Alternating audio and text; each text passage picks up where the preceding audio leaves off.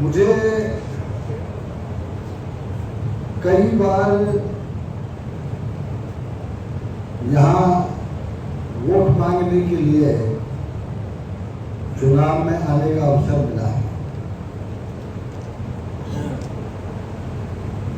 चौधरी साहब एक ऐसे मंदिर के समान हैं, उनका ये क्षेत्र ऐसे मंदिर के समान है कि जहां केवल पूजा की जा सकती है, उससे कोई मांग नहीं की जा सकती। मैं इसे मंदिर की तरह मानता हूं। आदरणीय किशोर चौधरी जी ने कहा, राजनीतिक परिस्थितियां होती हैं अनेक प्रकार की।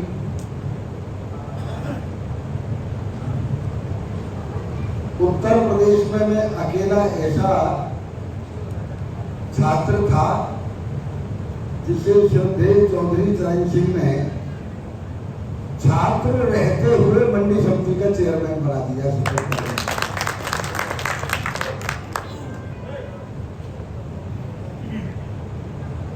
इस बिरादरी के कभी किसी व्यक्ति ने छाता से टिकट नहीं मांगा मथुरा में, और श्रद्धेय चौधरी साहब ने 85 में बुला के टिकट दिया मुझे। राजनीतिक परिस्थिति ऐसी भी रही। आदरणीय चौधरी अजीत सिंह जी एक बार नाराज हो गए मेरे खिलाफ, उन्होंने बहन ज्ञानवती को भी खड़ा कर दिया। लेकिन चौधरी साहब के वो शब्द आज तक गूंजते हैं मथुरा में। श्रद्धेय चौधरी साहब ने 85 में जब मुझे चुनाव लड़ाया, उस दिन चुनाव की अंतिम शाम थी और केवल 5 मिनट बाकी थे। वो स्टेज पर चढ़ने को थे, उनके सिक्योरिटी अफसर थे चौधरी करतार सिंह जी। करतार सिंह ने उनको घड़ी दिखाई चौधरी साहब, और चौधरी साहब ने ऐसे बैत लगाया उसके पेट में, हट अभी 4 मिनट बाकी है। चौधरी साहब ऊपर खड़े हुए और केवल मात्र 1 मिनट में उन्होंने अपनी बात कही, मेरा हाथ पकड़ के, किसानों एक पौधा लगा रहा हूं, इसे सींचते रहना, ये छाया भी देगा फल भी देगा।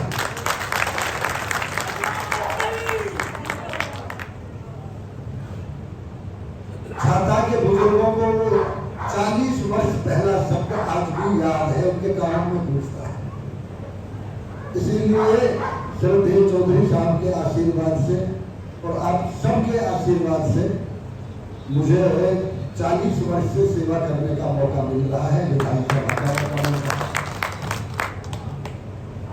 तो हम तो पाठशाला के छात्र हैं, जहां किसानों के अलावा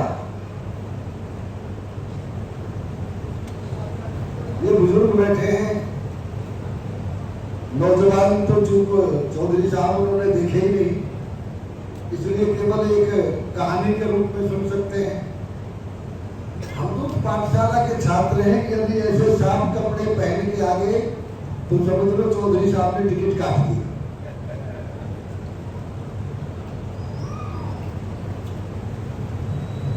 तो कहते थे कि अच्छा बाबू बन गया है, अफसर बन गया है।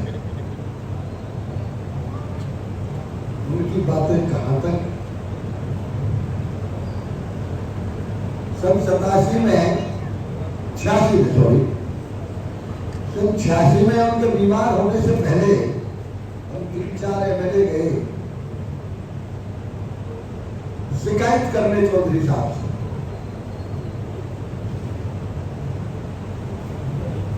उन्होंने कहा मथुरा का पेड़ा लाया कि नहीं? मैंने कहा जी लाए। बोले अच्छा बताओ क्यों आए? हमने कहा इसलिए आए कि लगातार 5 दिन से हम टेलीफोन मिला रहे हैं और आपके ऑफिस का टेलीफोन नहीं उठता है।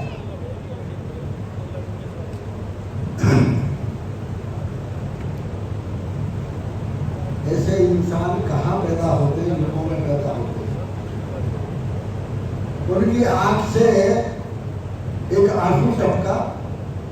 उन्होंने कहा बेटा इस महीने का बिल नहीं भरा गया है पिछले महीने का, इसलिए टेलीफोन 8 दिन से कटा हुआ है। उस समय हमें एमएलए के रूप में 500 रुपये तनख्वाह मिलती थी। पीछे 750 हुई, 1250 हुई। हम तीनों चारों एमएलए ने कहा चौधरी साहब बिल आ जाएगा। उन्होंने कहा कितनी तनख्वाह मिलती है? हमने कहा 500। कहने कि बिल तो 8000 रुपए का है, तुम्हारी तो कई महीने की तनख्वाह चली जाएगी। ऐसे आदमी जो 2 बार प्रधानमंत्री, पूरे जीवन भर एमपी एमएलए और देश के प्रधानमंत्री रहे हों, उनके टेलीफोन के बिल न भरे जाए, ऐसा देवता कहीं पैदा हो सकता है? चौधरी चरण सिंह जी अमर रहे, स्वर्गीय चौधरी चरण सिंह जी अमर रहे, प्रधानमंत्री लक्ष्मीनारायण चौधरी जिंदाबाद। लेकिन ये हमारे मार्गदर्शन के लिए ये सारी चीजें, राजनीतिक परिस्थितियां होती हैं। दूसरी जगह क्योंकि वो दिन था जब चौधरी साहब का इंतकाल हुआ। 2 राज्यों में सरकार हमारी थी, 8 राज्यों में नेता विरोधी दल हमारे थे।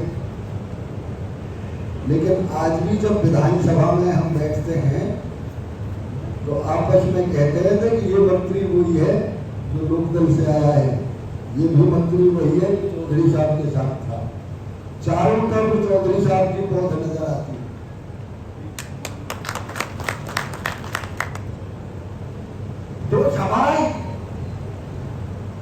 दोष हमारा इसलिए हम आप लोगों को एक नहीं रख पाए, तो ये परिस्थिति आ गई हमारे सामने।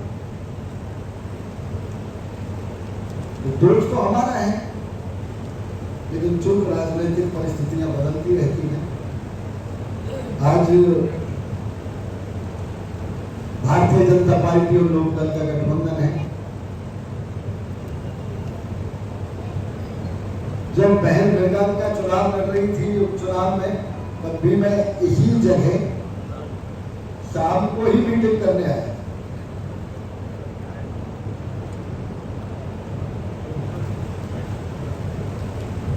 उस समय भी हमने अनुरोध किया था, लेकिन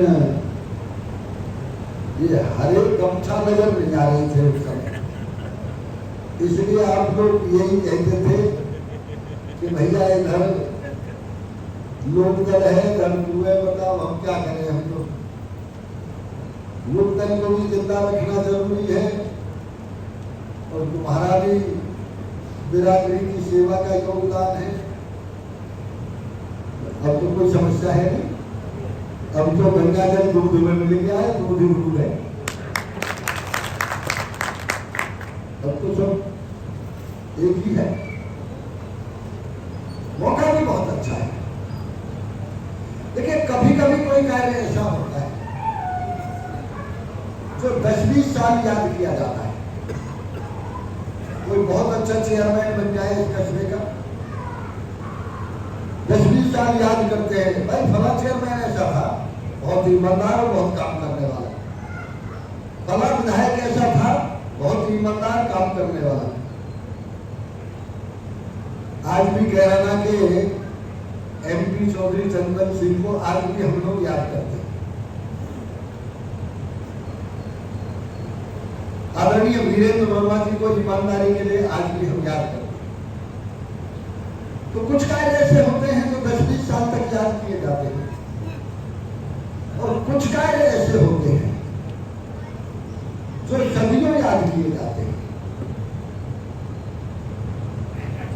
महाराणा प्रताप, महारानी लक्ष्मीबाई, शहीद आजम भगत सिंह, नेताजी सुभाष चंद्र बोस सदियों याद किए जा रहे हैं। श्रद्धेय चौधरी साहब सदियों याद किए जाएंगे।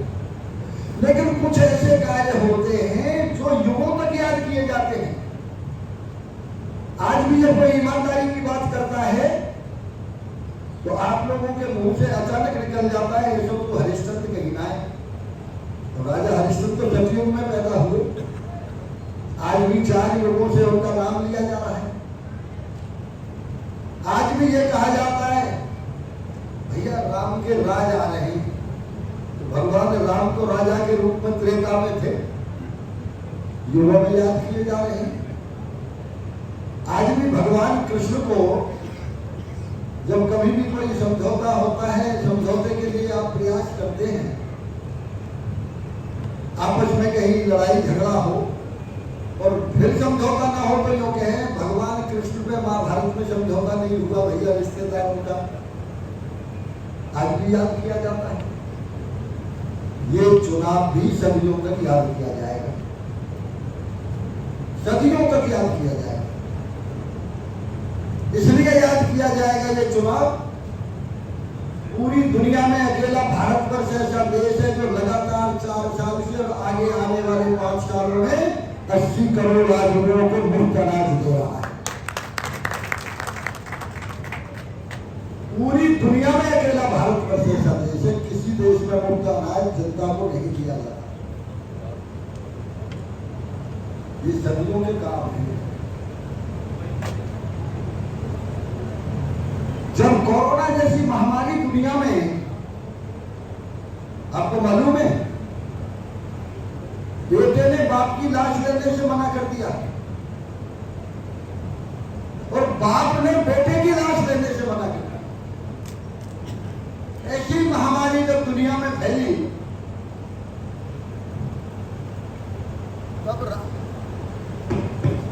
तब दुनिया में अनेक देशों के प्रधानमंत्री और राष्ट्रपति ने क्या कहा? अनेक देशों के प्रधानमंत्री और राष्ट्रपतियों ने यह कहा कि भारत ने जो वैक्सीन देके दुनिया में कोरोना को खत्म किया है, ऐसा काम किया है जैसे त्रेता युग में हनुमान जी ने सजीवन बूटी लाके लक्ष्मण जी को जिंदा कर दिया, ऐसे दुनिया जिंदगी।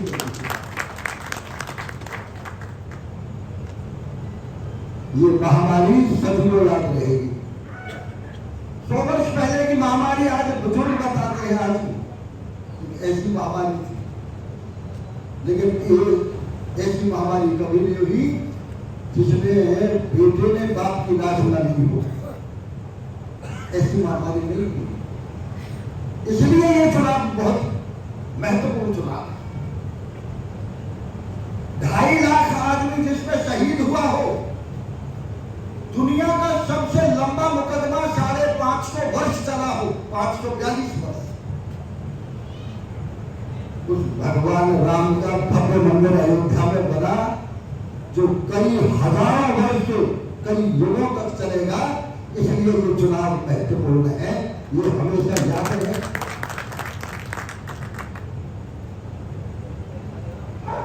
हमें ऐसे व्यक्ति का नेतृत्व मिल रहा है, यहां बुद्धिजीवी बैठे हैं जिसकी रैंकिंग हमेशा दुनिया की मीडिया रैंकिंग करती है। लगातार 5 साल से रैंकिंग हो रही है कि दुनिया का सबसे लोकप्रिय नेता कौन है।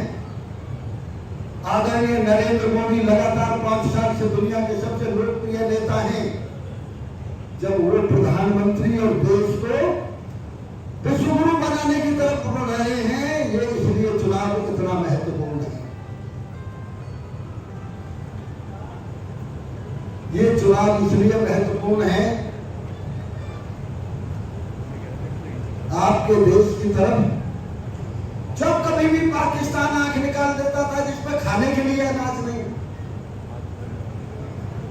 वो पाकिस्तान भी आंख निकालता था।